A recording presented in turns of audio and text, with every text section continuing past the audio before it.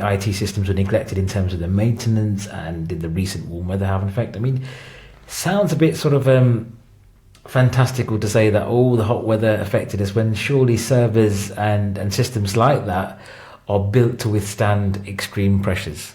Well, or extreme temperatures. Like I said yesterday, I love this follow-up because it's perfect. Yesterday I mentioned the fact that an IT failure is a very British failure, and the weather is a very British failure. If it gets a little bit too hot, we can't cope. If it gets a little bit too cold, we can't cope. If it snows, we can't cope. If it rains, we can't cope. So I think it's good for British Airways to have proper British failure. I think is something special. So it wouldn't surprise me if the hot weather did have a factor. Like you said, if they did decide to cut costs, and again, we can go back to the migrant story, and there's another story coming up about this, the fact that everybody wants pure efficiency, and everybody think that pure efficiency is either coming through technology or in some way cheaper labour. So it wouldn't surprise me at all if that was the case. I mean, the extent of the blackout, just some figures here for you. So according to the Daily Mail, 75,000 people had to have their flights cancelled, and many more suffered long delays because of this.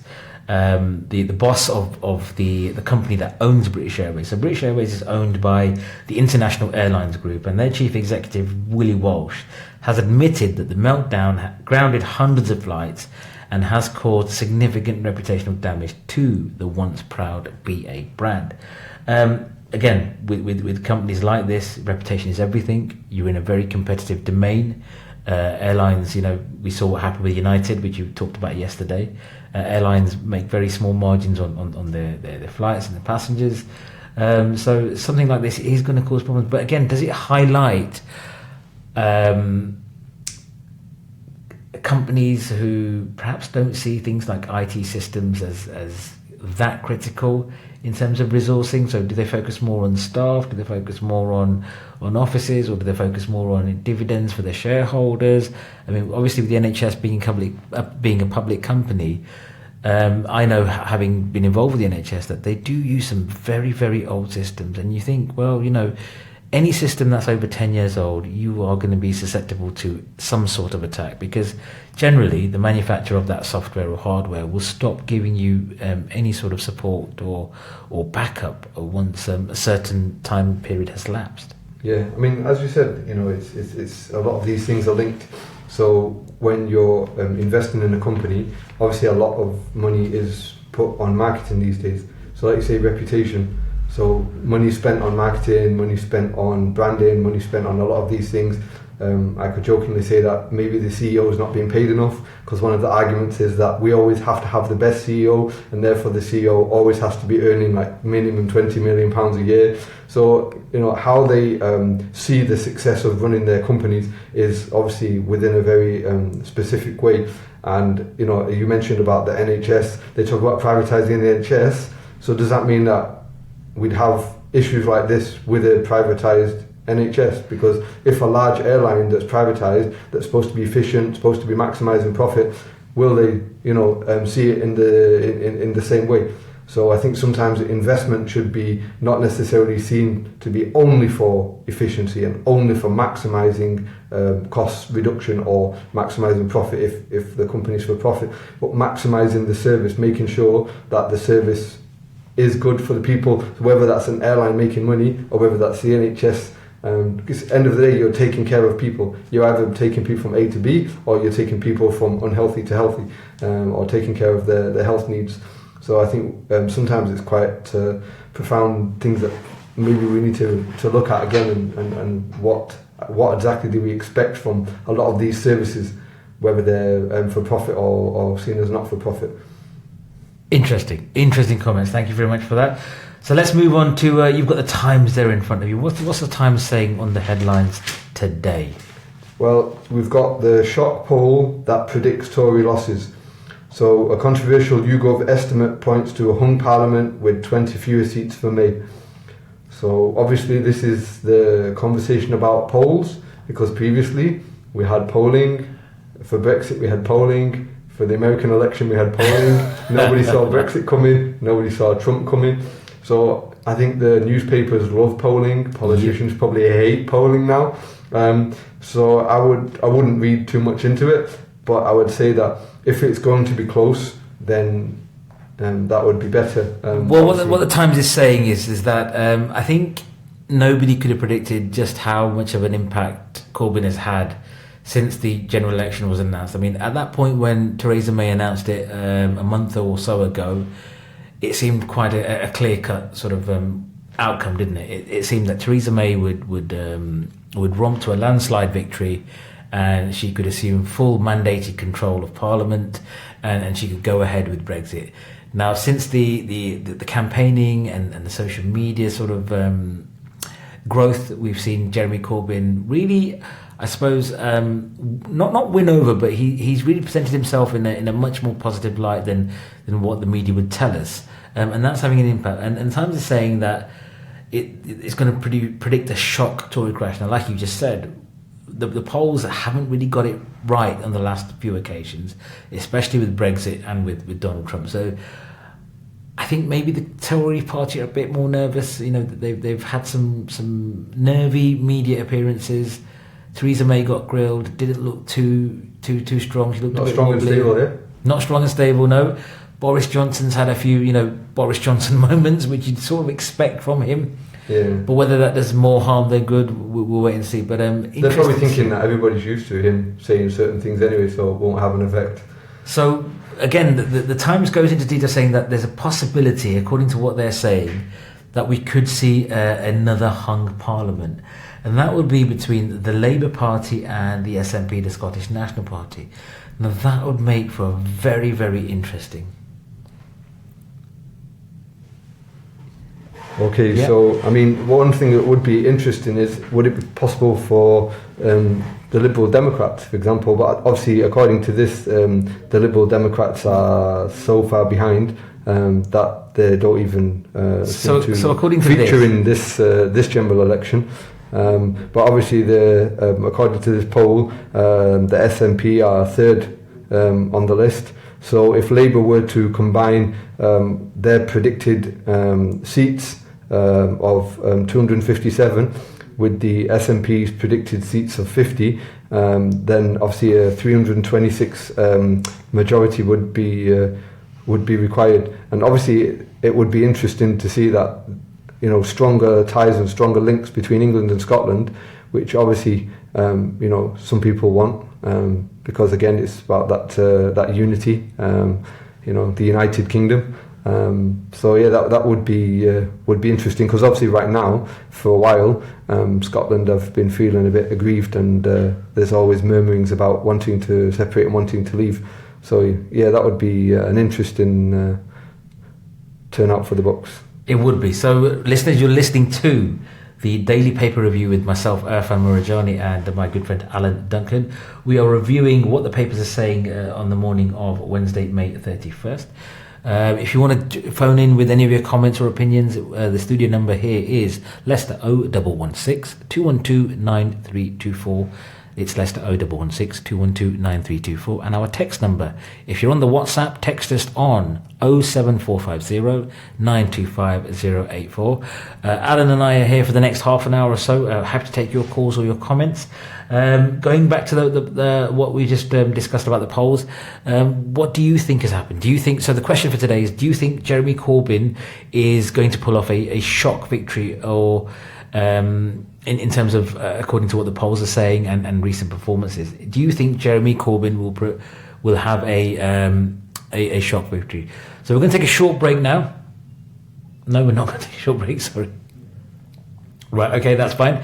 We're going to stay with you for a few minutes before we take a short break. So moving on to page 6 of the Times, Alan, we've got a very interesting story there about... Yes, well, obviously a lot of our stories are linked today. So on page 6 it says, a smuggling gang made £1.2 million from illegal migrants. So it says, a gang of people traffickers who made at least 1.2 million smuggling illegal immigrant fugitives and terrorists, this is claiming they're terrorists as well, out of Britain has been jailed. So he's basically saying that this individual, Mr. Ghaffar, was ready to help smuggle 2 undercover reporters from the Sun newspaper, one of who claimed to be heading to Syria to fight for Islamic State, and another who said he was on the run from police. So I guess this is quite interesting. We're normally used to stories about smuggling people in. Now we've managed to find a story about smuggling people out. So interesting. I suppose the disappointing thing, though, is from what you've said there, it looks like that possibly Muslim involvement yet again. Yes. Well, I mean, obviously Muslim involvement is always more newsworthy, on these things. People wanting to leave for wrong reasons is clearly not good. So I guess in a way that the fact they've cracked down if this individual is doing these kind of nefarious activities, then yeah, definitely it's something that we need to be aware of. So it says migrants were loaded onto the back of freight lorries and driven to Dover, where the lorry would take the ferry to Calais. They were driven as far as Paris for £600, while passengers to any country in Europe would cost £1,300. I don't know, it just feels quite surreal to me, to be honest. Yeah. It's like, we've kind of like, we've had too many stories now about people getting in the back of a truck coming this way. So let's have a story about people getting in the back of a truck going the other way. Yeah, I suppose, with what happened recently with Manchester last week, it's that common thread about there's something going on, or there's something that is happening underneath our noses, we're not aware of it, and we need to root this out, and there are undercover operations of people shoving people into the backs of vans and taking them to the ferry ports and shipping them off to help fight all these battles and political conflicts. So that's interesting. So that's the time. So before we go for a break, I saw an interesting story here in The Guardian, and The Guardian is saying, is 80 the new 50?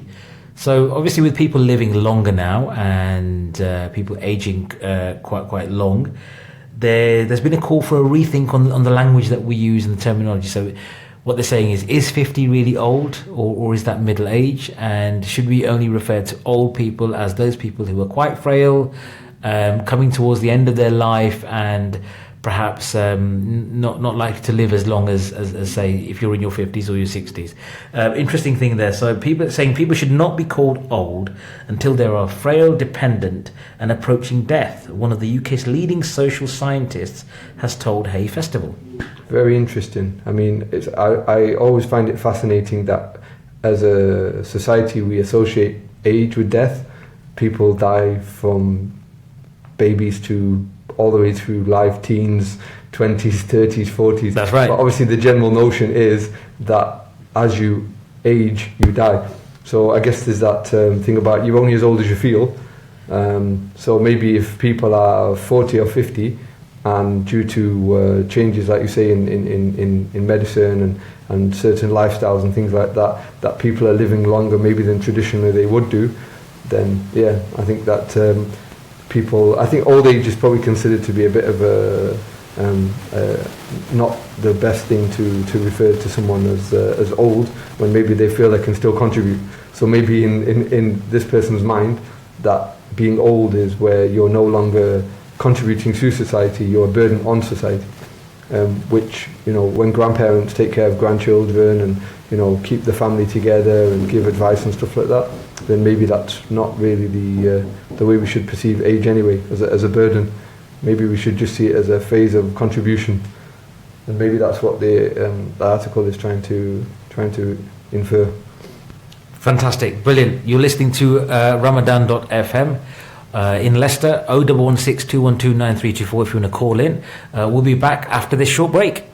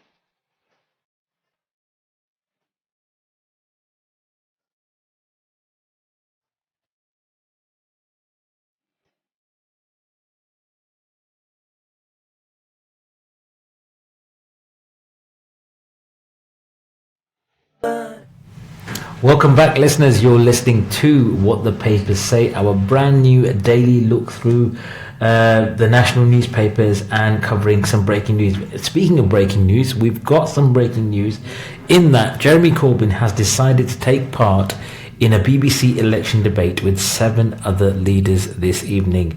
The debate will be broadcast on BBC One from 7:30 p.m.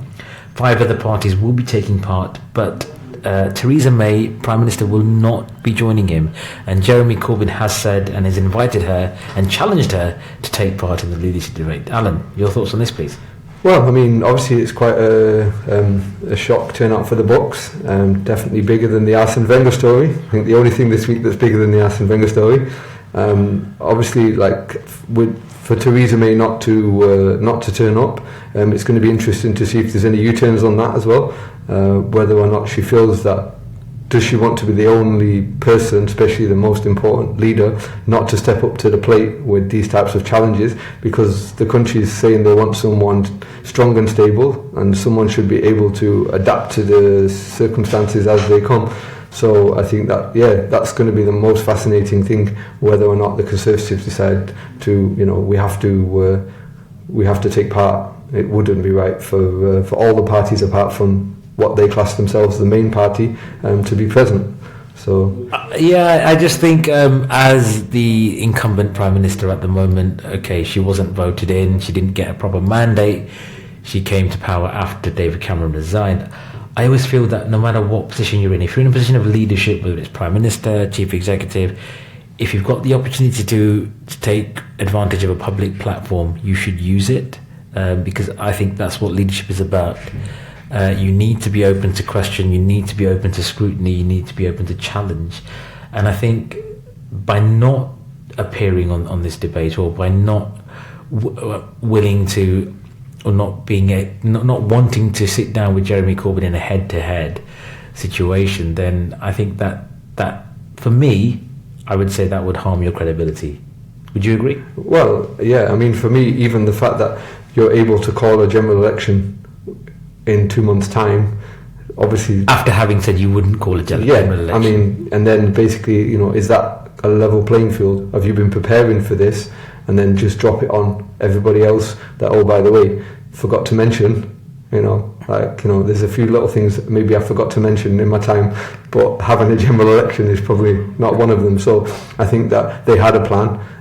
They thought that maybe they'd taken the strategic advantage, but clearly all the things that have happened since then, even being able to make policies that might upset some of their voters, thinking that they're in such a strong position that they don't need to speak on TV, and basically they can kind of take advantage of this situation. But again, they made the same mistake with Brexit as well. They probably thought that, according to their understanding, that they're going to have to win, because maybe they thought it was seen as the wrong thing to do to say, kick out the foreigners and those types of things. It just wasn't the right British thing to do. So they thought that kind of question was maybe even a rhetorical question. So I think there's a lot of miscalculation going on, and like you say, now they're not prepared for the circumstances that they're finding in front of themselves, where if they would have given themselves time and given Labour time, then maybe this would have been quite smooth. I suppose, not to defend any politician out there, but with politics being so constantly moving, changing, evolving, what you say last week can change, and do we give them that freedom, that flexibility to change their minds? Because that's something that I suppose politicians are held to account for. So if for example, you look at the Liberal Democrat Party and Nick Clegg, for instance, before the general election in 2010, he said, no, we're going to scrap tuition fees, or we're going to reduce the tuition fees. As soon as they get into coalition government, he has to make U-turn. Now, he made his argument for why he had to do that, because obviously there's give and take in every sort of relationship, sharing relationship. You have to give something, but he will always be remembered for going back on certain pledges, and hence, we look at the polls today. the Lib Dems are only likely to take 10 seats, which is, it's a massive step back for them. So would you say it's okay to change your mind? I think what generally happens, and what I understand in elections, is they make a lot of promises and they make sure they don't change their mind till after they get into power. So there's the classic, we wanted to spend this much, but then we opened the safe and we realised that it was empty. So all the promises and all the pledges that we made, we didn't have the money for that. So I think people are used to people changing their mind after they get into power. But obviously if you change your mind whilst you're still trying to get into power, then people don't, they're very unforgiving on those types. That's why everybody's accused of doing U-turns. It's all about U-turns. See, but this is where I think we should be a bit more assertive in holding politicians to account. So, for example, if you're making a pledge that we're going to spend X billion on this service, surely you need to find out what's in your account before you make a commitment. You don't go and buy a Ferrari if you can only afford a Toyota, right? You don't do it because that's. So I think public finances are out there. We know exactly how much the government spends on all our services. Surely the number crunchers within any political party should be able to make a very informed guess or estimate around what money we have, what we can spend, and how that will affect the economy. I think that comes down to the sort of the magical, mystical science of economics. So what you're finding at the moment is a lot of statements about strengthening the economy.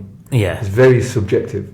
So when we strengthen the economy, therefore we'll be able to spend more money. Whereas obviously Tony Blair's approach was, I'm just going to borrow till I've maxed out every single credit card, take out as many loans as I can, and then people are so happy with this type of access to easy money that they won't ask until afterwards. So I think obviously then the Conservatives came in and said, now we've got austerity because the person before us went money mad, crazy mad. So now we have to we have to deal with it. So I think a lot of it is to do with economics and making false promises. I think we all like to hear that we're going to get something out of this and it's going to be easy and it's going to be free and there's going to be like money for all. But I think in reality that as long as we feel like across the whole society that everybody is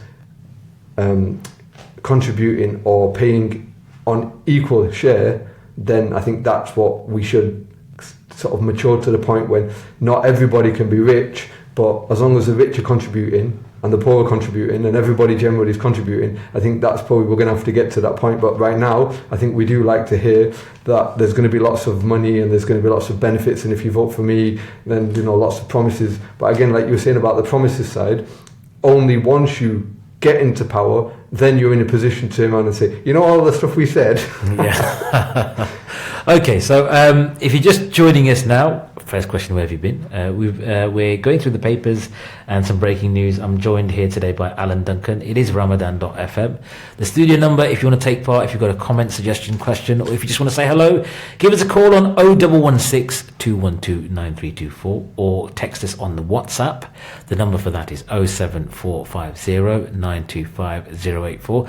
If you just missed that, there's some breaking news that Jeremy Corbyn will be taking part in a 7 Leadership Way debate on BBC One this evening at 7:30 p.m. So Jeremy Corbyn, leader of the opposition, will be taking part in a live televised debate.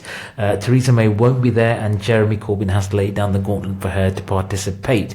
So staying on the government and staying with the Times, we've got another story which says Jeremy Hunt says the future of NHS funding depends on having a good Brexit. Jeremy Hunt, who is Secretary of State for Health, has said that funding issues and funding decisions will depend on what kind of Brexit we have. Now, that's a very interesting statement to make.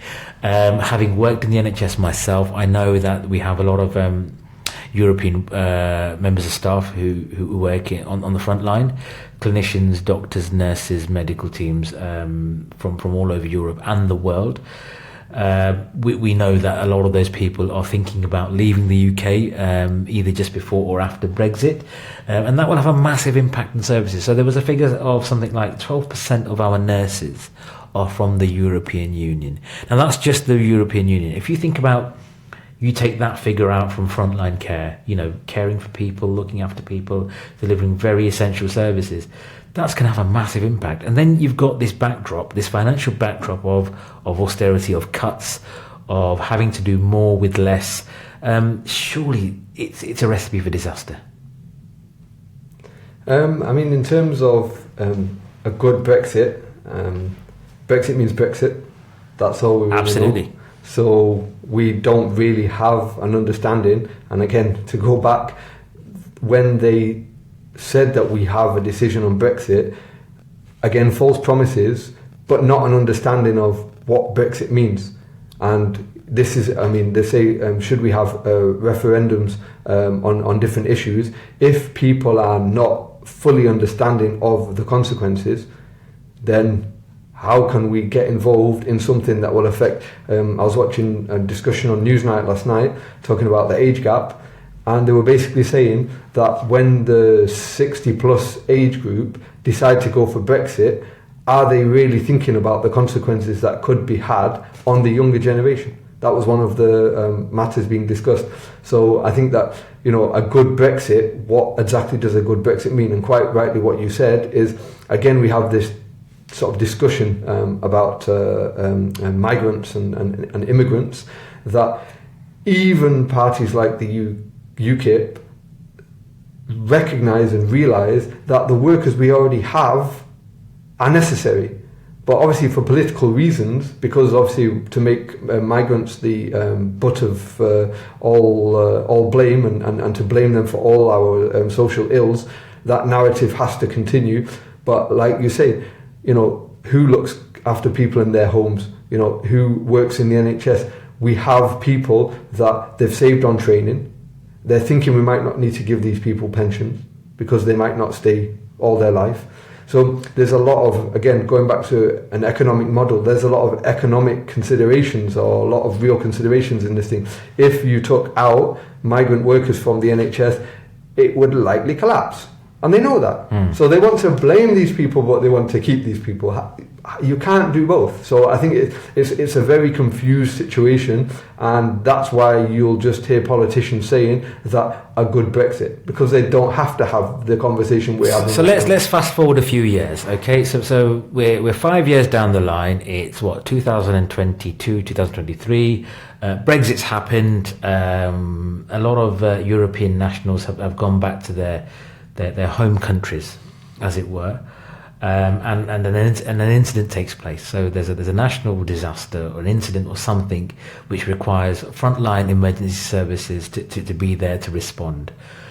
How do you think, bearing in mind with what happened last week in Manchester, if you took away 12% of those nurses, or if you took away, say, 30 to 40% of doctors, of GPs, or whoever it was, away from the NHS, forget about funding, just think about the impact that would have on delivering care for people at critical moments. To be honest, I would not even go with the example of having a big incident like this, because I think that the pressure on the NHS is such that they know right now that different, you can say lifestyle illnesses such as alcohol or such as obesity and those types of things, an aging population, all these day-to-day real factors that maybe don't have the headline appeal are part of the reason why the NHS is under great strain. So to remove a lot of these European workers or a lot of these migrant workers,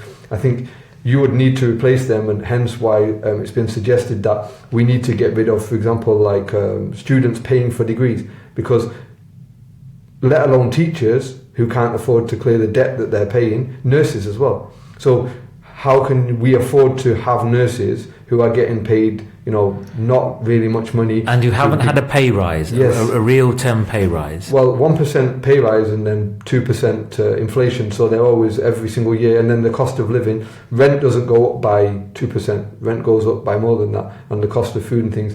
So I would say that certain parties are suggesting that, to allow British workers, whatever that means, to work within the NHS means that we need to be able to give, people that have to go to university don't want to be hugely saddled with debt. We need to start investing in training. We need to start investing in those types of things.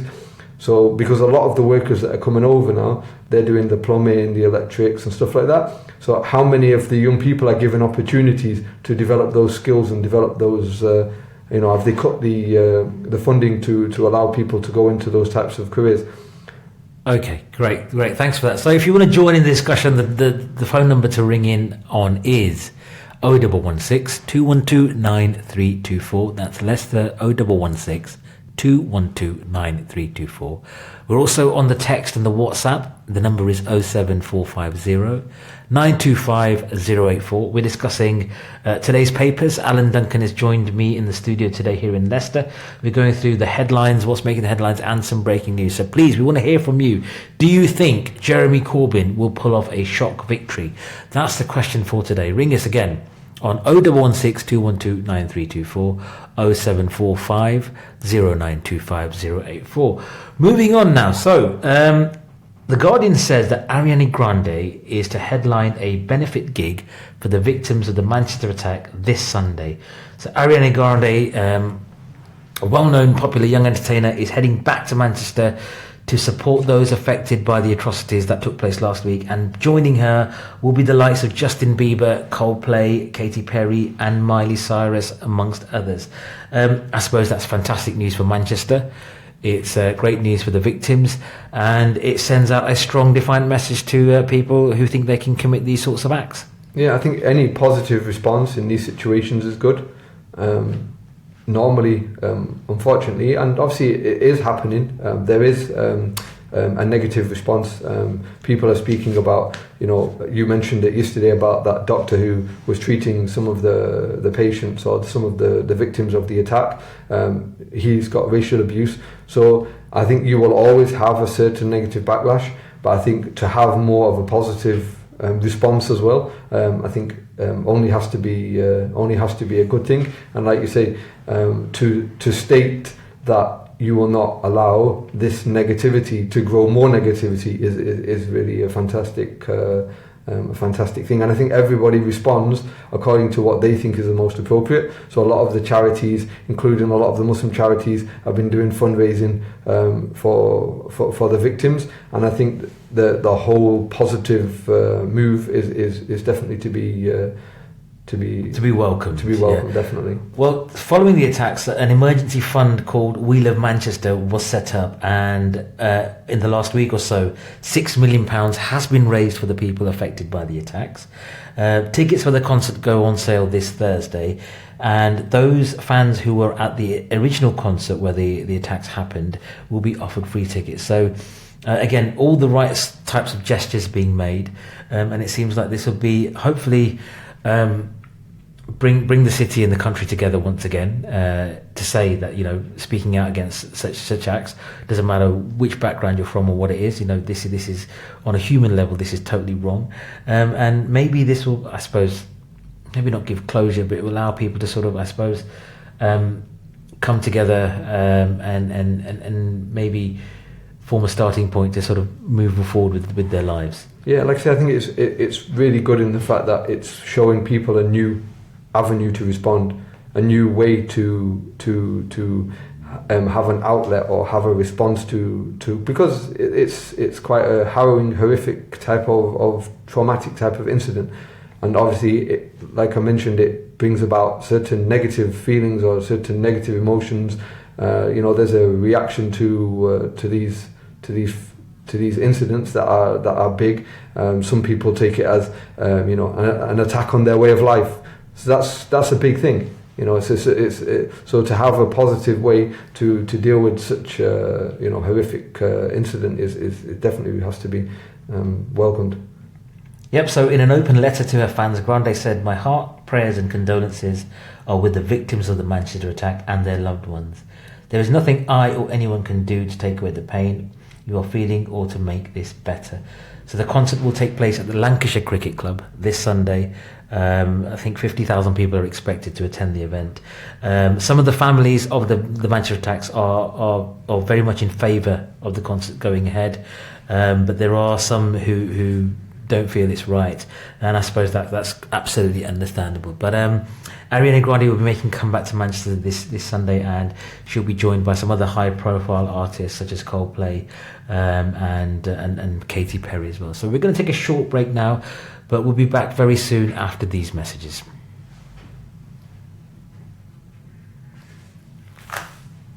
Is that a fly or a wasp? It's got to be a fly, isn't it? Yeah.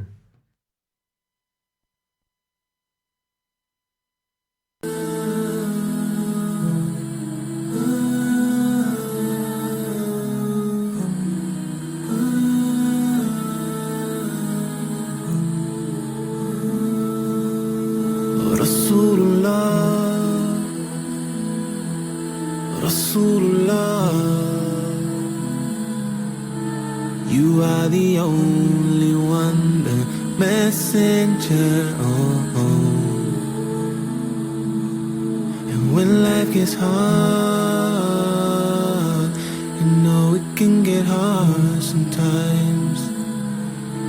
You are the only one I will follow till I die. I keep you sunnah inside my soul. Pray it stays with me till I get old. Though the times will keep on changing, hearts will still be craving peace inside their soul. So I will pray that Allah will keep me on the straight path, holding me close, I'll never stray back, keeping him deep within my soul. Just wait for me to come home.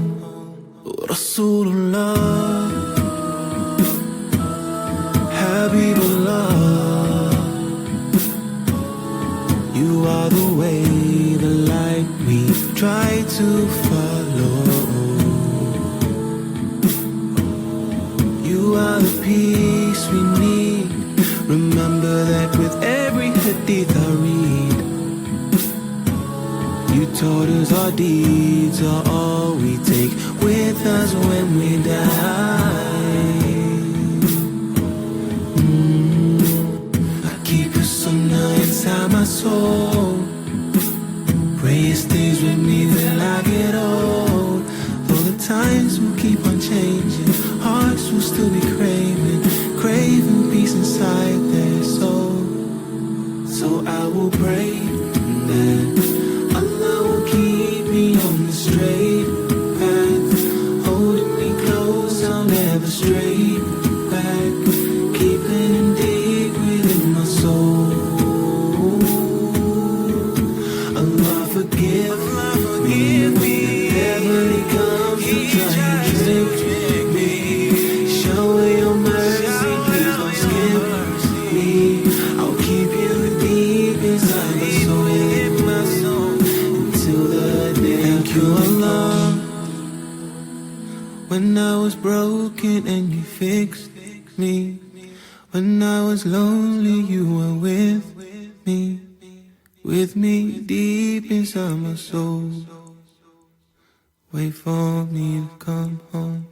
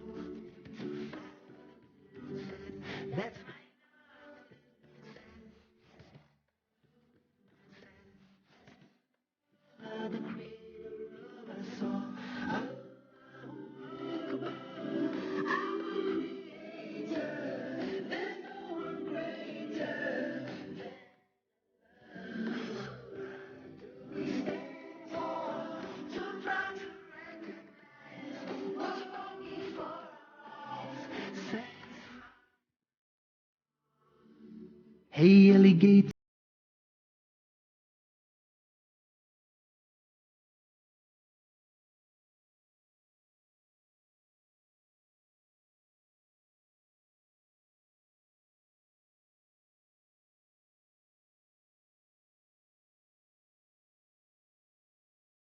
Welcome back, listeners. You're listening to Irfan and Alan doing the daily paper review on the What the Papers Say program. If you want to phone us, it's 0116 212 9324. If you're on text or WhatsApp, text us on 07450 925 084.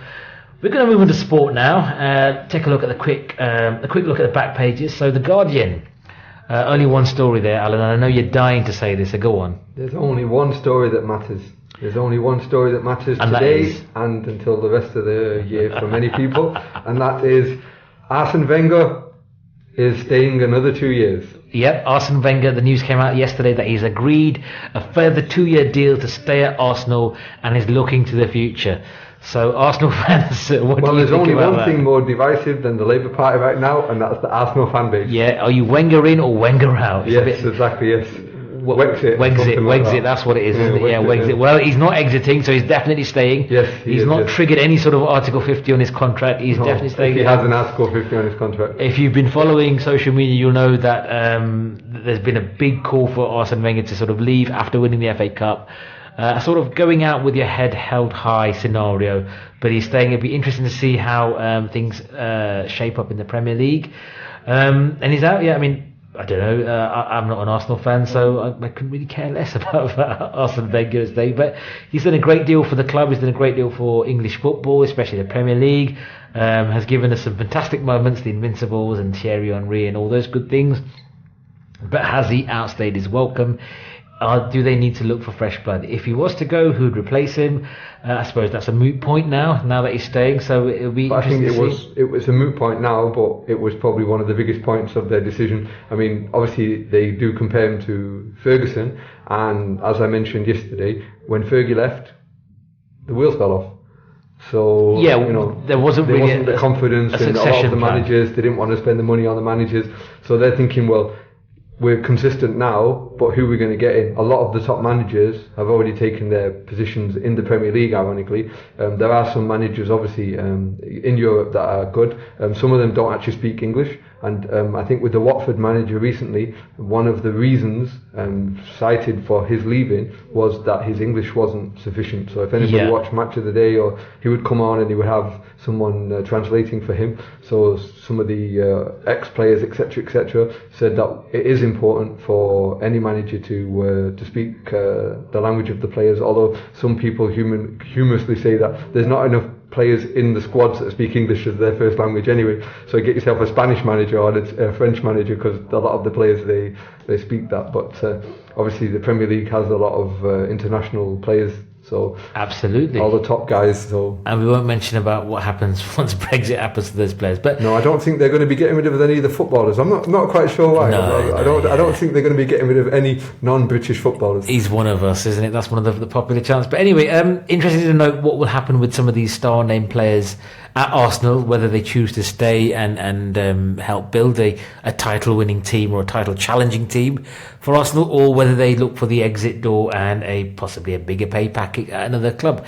So I suppose I'll watch this space. Other sporting news, Leicester fans, probably the news you didn't want to hear but was sort of expecting, is that star player Riyad Mahrez has asked for a transfer. He published a very lengthy statement yesterday on news platforms and social media, professing how much he respects and admires the club, and he's had some amazing times here, but the time was now right for him to move on, and he was fiercely ambitious, and he's looking. So it'll be interesting to see which club picks him up, whether he stays in England, whether he goes back to his native France, or somewhere else. He does want Champions League football. He's made no bones about that, and I suppose he's done a lot for the club, especially in the title-winning season that we had. Had a bit of an indifferent season this year. Hasn't quite scaled the heights he achieved last year, but nonetheless, are Leicester fans happy to see him go? Are they angry? What's going on? Should we wish him well?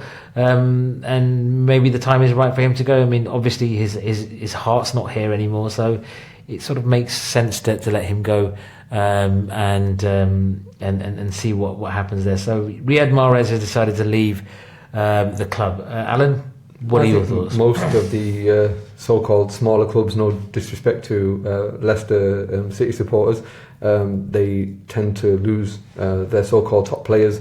I think Southampton have been pretty much turning over all their star players, mainly to Liverpool, ironically. Interesting. So a lot of the smaller clubs, they do lose their top players. I think that the fact that they managed to get a player like that, and he kind of came under the radar, like quite a few of their players did. So yeah, they helped Leicester to win the league, get Champions League football.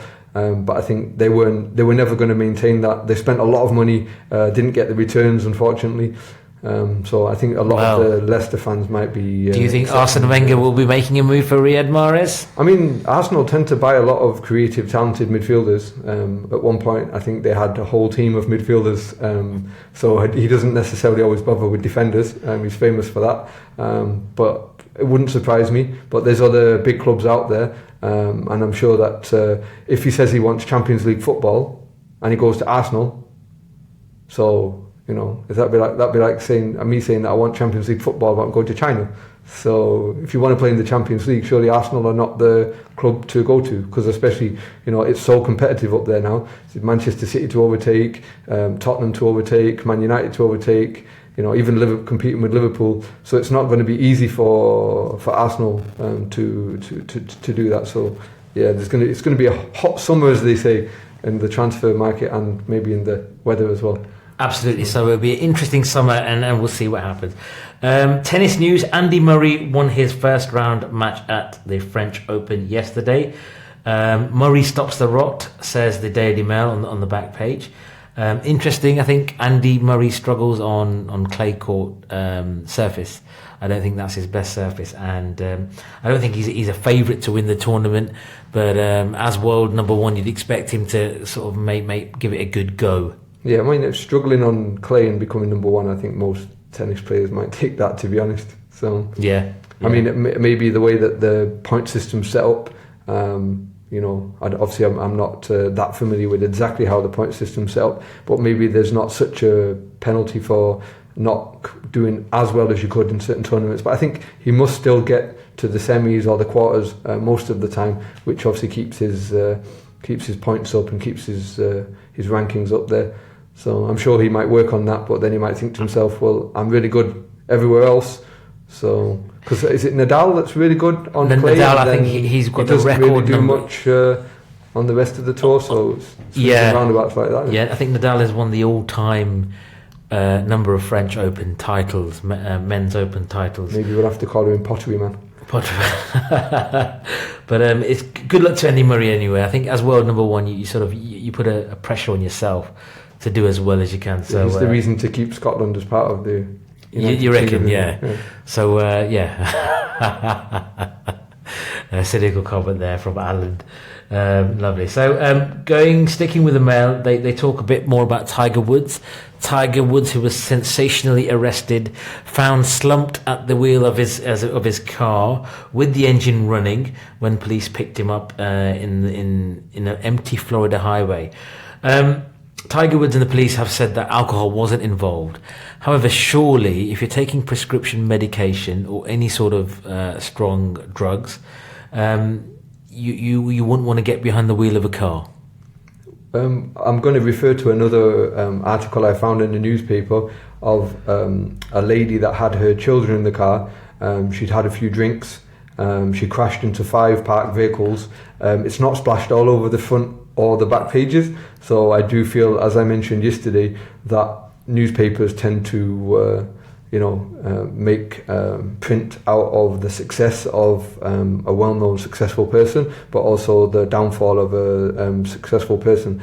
So definitely he has some personal issues, and his personal issues have been well publicised, but I think it will quickly die out, and some next person's personal failures will quickly replace his. Yeah, and that's interesting because there's been some support for Tiger Woods. So Jack Nicklaus, who's widely regarded as the greatest golfer ever, has said that Tiger needs some support, and it's up to the golfing world and other organisations to help him. He said that he feels bad for Tiger. He's a friend of Tiger's, and he's been great for the game of golf, but he obviously needs our help and wish him well. I suppose other well-known sports people, like you mentioned yesterday, Gascoigne, George Best, all of them struggled with some sort of addiction. I'm not suggesting that Tiger Woods is addicted, but he's obviously going through something where he's having to rely on medication, having to use medication to get him through. And I suppose when you've been at the top and you fall so far, what does that do to your mental state? Well, like I say, he's had well publicised issues previously. He ended up with a separation from his wife. Famous people have issues just like the rest of us. Mental health is big in most discussions these days, talking about not investing enough in mental health provision for the NHS. But obviously, we're not necessarily famous, or we're not as high profile enough. But again, he lived by publicity, and unfortunately you kind of die by publicity. You live by the sword, you die by the sword. Indeed, yeah. Yes. Cut yourself, paper cut, literally. Brilliant. So that's Tiger Woods there. So we've got a few minutes left. If you want to make a comment or a contribution to today's show, the number is 0116 212 9324. The text number or WhatsApp is 07450 925 084. We are live for a further few minutes on our Facebook page, Ramadan.fm. That's our Facebook page. So if you are a Facebook member, jump online and you can see Alan and I going through the papers. So it's been great. Alan, thanks again once for your contribution. Yes, I mean, we'll be back at the same time tomorrow. So if anybody wasn't able to call in, then we'd like to hear your views tomorrow. We'll be going through the newspapers again. Yeah. And because it's election time, there will be similar threads about the things that we're covering, because obviously this is what the papers are saying. Obviously, once the election finishes, then there'll be... Let us know what you think. Let us know what kind of stories you'd like us to cover. Leave a comment on social media, or give us a call, or send a text or WhatsApp to 07450 925 084. This has been What the Papers Say. My name's Irfan Murjani. He's Alan Duncan, and we'll speak to you tomorrow. Thank you.